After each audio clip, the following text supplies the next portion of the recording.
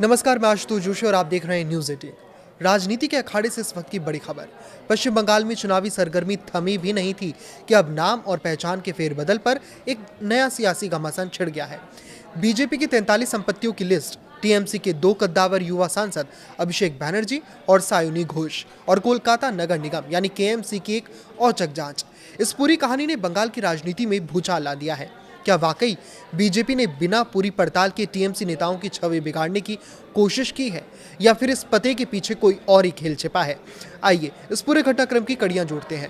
मामले की शुरुआत तब हुई जब बंगाल बीजेपी ने 43 ऐसी संपत्तियों की एक सूची जारी की जिनके बारे में दावा किया गया कि इनका सीधा संबंध टीएमसी सांसद अभिषेक बैनर्जी से है।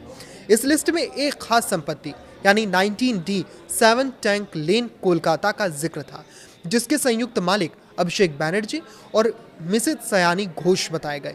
टीएमसी सांसद सायानी घोष ने तुरंत इन दावों को खारिज किया और अब कोलकाता नगर निगम की जांच के बाद उन्होंने एक्स, जो पहले ट्विटर था, उस पर एक बड़ा खुलासा किया है। केएमसी अधिकारियों की जांच में सामने आया कि उस परिसर में रहने वाले मकान मालिक वास्तव में एक प्राइवेट सेक्टर के कर्मचारी अभिषेक बंदोपाध्याय और उनकी पत्नी सायनी घोष है, जो पेशे से एक स्कूल शिक्षिका हैं और अपनी 2 बेटियों के साथ वहां 3 साल से रह रहे हैं। सांसद सायनी घोष ने इसे सत्यमेव जयते बताते हुए कहा कि ये महज नामों का एक संयोग था जिसे बीजेपी ने जानबूझकर राजनीतिक हथियार बनाया। सायनी घोष ने इस पूरे विवाद को बदले की राजनीति और उनके खिलाफ चलाया गया एक सोची समझी बदनामी की मुहिम करार दिया है। उनका कहना है कि इस गैर जरूरी सोशल मीडिया ट्रायल से न केवल दोनों राजनेताओं की छवि धूमिल हुई, बल्कि उस निर्दोष कामकाजी दंपत्ति को भी मानसिक प्रताड़ना और सार्वजनिक जांच का सामना करना पड़ा। हालांकि इस पूरे मामले में एक तकनीकी पेंच भी है जिसे नजरअंदाज नहीं किया जा सकता। बीजेपी की लिस्ट में संपत्ति का पता 19D दर्ज था, जबकि सायोनी घोष ने जिसे केएमसी जांच और दंपत्ति का हवाला दिया है उसका पता 19B है। इस बीच सायनी ने साफ कर दिया है कि उनके चुनावी हलफनामे में उनकी पूरी संपत्ति का ब्यौरा दर्ज है और वो झूठी खबरें फैलाने वालों के खिलाफ सख्त कानूनी कार्रवाई करेंगी। दूसरी तरफ राज्य की नई बीजेपी सरकार ने भी इस मामले से पीछे हटने के संकेत नहीं दिए हैं और अभिषेक बैनर्जी की संपत्तियों से जुड़े पूरे मामले की विस्तृत जांच कराने की बात कही है।